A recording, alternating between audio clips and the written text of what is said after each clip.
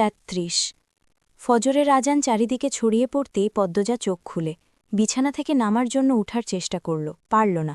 আমির দুই হাতে জাপটে ধরে রেখেছে। পদ্মজা আমিরকে মৃদু কণ্ঠে ডাকল, এই যে, শুনছেন? আমির সাড়া দিল না। আবার ডাকল পদ্মজা। আমির ঘুমের ঘোরে কিছু একটা বিড়বিড় করে আবার ঘুমে তলিয়ে যায়। এবার পদ্মজা উঁচু স্বরে ডাকল, আরে উঠুন না, ফজরের নামাজ পড়বেন। এই যে, শুনছেন? আমির পিটপিট করে তাকায়, দুই হাতের বাঁধন আগলা করে দেয়।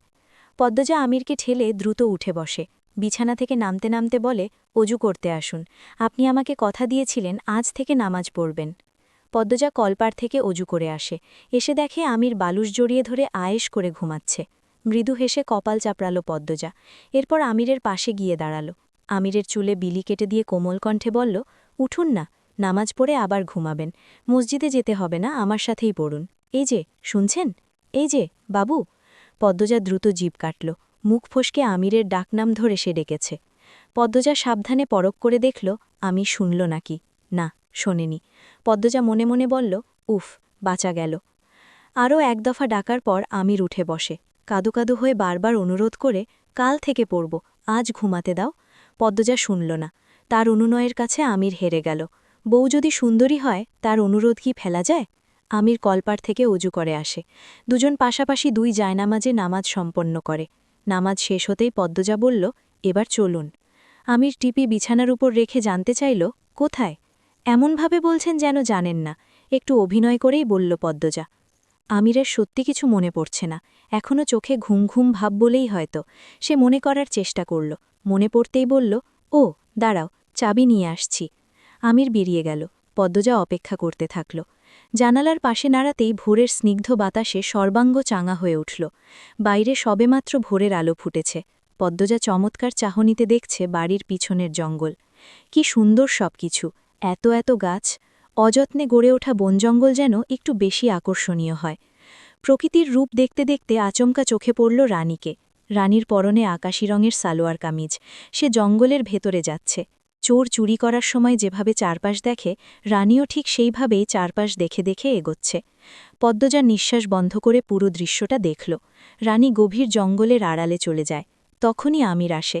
পদ্মবতী? আমিরের ডাকে পদ্মজা মৃদু কেঁপে উঠল। আমির কপাল কুঁচকে প্রশ্ন করল, কিছু কি হয়েছে? না, কি হবে, চলুন, আমরা যাই। পদ্মজা যে কোনো কথা এড়িয়ে গেছে তা বেশ বুঝতে পারল আমির, তবে প্রশ্ন করল না। পদ্মজা আমিরকে রানীর কথা বলতে গিয়েও পারল না। সে ভাবছে, আগে রানী আপাকে জিজ্ঞাসা করতে হবে, এখনই বলা ঠিক হবে না। উনি কি ভাবেন আবার? রুম্পার ঘরের দরজা খুলতেই ক্যাচক্যাচ আওয়াজ হয়। পদ্মজা ঘরে ঢুকে আগে জানালা খুলে দেয়। তারপর পালঙ্কের দিকে তাকাল। পালঙ্ক শূন্য। পদ্মজা আমিরের দিকে জিজ্ঞাসু হয়ে তাকাল। আমির ইশারা করে পালঙ্কের নিচে দেখতে। পদ্মজা ঝুঁকে পালঙ্কের নিচে তাকাল। কেউ একজন শুয়ে আছে, চুল দিয়ে মুখ ঢাকা, হাতে পায়ে বেড়ি বাঁধা। আমির পদ্মজার পাশে বসে বলল, উনিই রুম্পা ভাবি। উনাকে ডাকবেন একটু? রেগে যায় যদি? তবুও ডাকুন না। আমির লম্বা করে নিঃশ্বাস নিয়ে ডাকল, ভাবি, ভাবি, শুনছেন ভাবি? রুম্পা নড়ে চড়ে চোখ তুলে টাকায়। দুই হাত দূরে একটা ছেলে ও মেয়ে বসে আছে। তাদের মুখ স্পষ্ট নয়। আলো ভালো করে ঘরে ঢোকেনি। রুম্পা শান্ত চোখে চেয়ে রইল অনেকক্ষণ। পদ্মজা হাত বাড়িয়ে বলল, আমার হাতে ধরে বেরিয়ে আসুন। রুম্পা দুই হাতে পদ্মজার হাত ধরার চেষ্টা করে, পারল না। পদ্মজা আরেকটু এগিয়ে যায়। রুম্পার দুই হাত ধরে টেনে বাইরে নিয়ে আসে। রুম্পা কাছে আসতেই দুর্গন্ধে পদ্মজার বমি চলে আসে। গলা অবধি এসে বমি আটকে গেছে।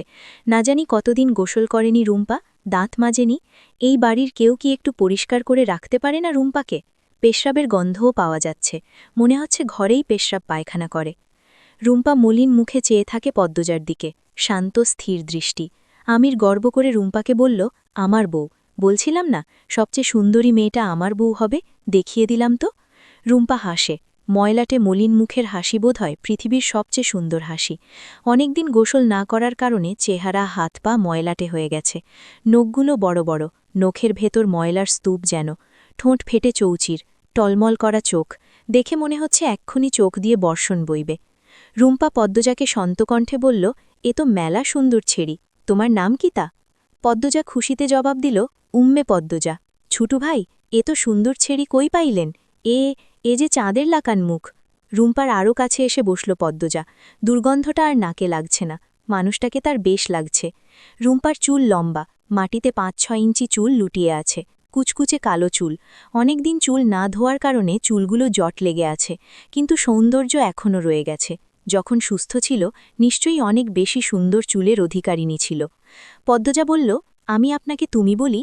রুম্পা দাঁত বের করে হেসে মাথা নাড়ল। পদ্মজা হেসে বলল, কিছু বলবেন? রুম্পা হাসি হাসি মুখে তাকিয়ে থাকে পদ্মজার দিকে, কোনো জবাব দেয় না।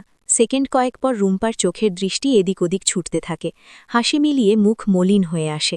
পদ্মজা অবাক হয়ে রুম্পার পরিবর্তন দেখছে। আকস্মিক পদ্মজাকে আক্রমণ করে বসল রুম্পা, খামচে ধরে পদ্মজার পা। আমির লাফিয়ে ওঠে, রুম্পার হাত থেকে পদ্মজাকে ছুটাতে চেষ্টা করে। রুম্পা পা ছেড়ে দিয়ে পদ্মজার শাড়ি কামড়ে ধরে, মুখ দিয়ে অদ্ভুত শব্দ করতে থাকে। আমির ধমকে বলে, ভাবি ছাড়ো বলছি, পদ্মজা তোমার ক্ষতি করতে আসেনি, ভাবি ছাড়ো। পদ্মজা স্তব্ধ হয়ে দেখছে, তার চোখে মুখে কোনো ভয়ভীতি নেই। কি যেন খুঁজছে রুম্পার মধ্যে, খুঁজে কুলকিনারা পাচ্ছে না। রুম্পা শাড়ি ছেড়ে দিতেই পদ্মজা একটু পিছিয়ে যায়, দরজায় চোখ পড়ে, দেখতে পাই কেউ একজন সরে গিয়েছে। কি আশ্চর্য, হুট করেই পদ্মজার বুক কাঁপতে থাকে। নূরজাহান নিজ ঘর থেকে হন্তদন্ত হয়ে ছুটে আসেন, এসেই বলেন, তালা খুলছে কেডায়? বাবু, নূতন বউরে নিয়ে ইখানে আইসোস কেন? আমির দ্রুত রুম্পার কাছ থেকে সরে আসে, নূরজাহানকে কৈফিয়ত দেয়। ভাবলাম বাড়ির সবাইকে পদ্মজা দেখেছে, রুম্পা ভাবিকেও দেখুক। ভাবতে পারিনি ভাবি এমন কাজ করবে। ভাবি তো এখন আরও বেশি বিগড়ে গেছে। দাদু, তুই আমারে কইয়া আইবি না? তোর চিল্লানি হুইন্না আমার কইল যারা উইরা গেছিল। বউ তোমারে দুঃখ দিছে এই ছেড়ি? পদ্মজা বলল, না না, কিছু করেনি আমার। আমির চেঁচিয়ে উঠল, কি বলছো কিছু করেনি মানে? হাত দেখে। আমির পদ্মজার 2 হাত টেনে নিয়ে দেখে, বাম হাতে নখের জখম। আমির ব্যথিত স্বরে বলল, ইস, কতটা আঘাত পেয়েছ।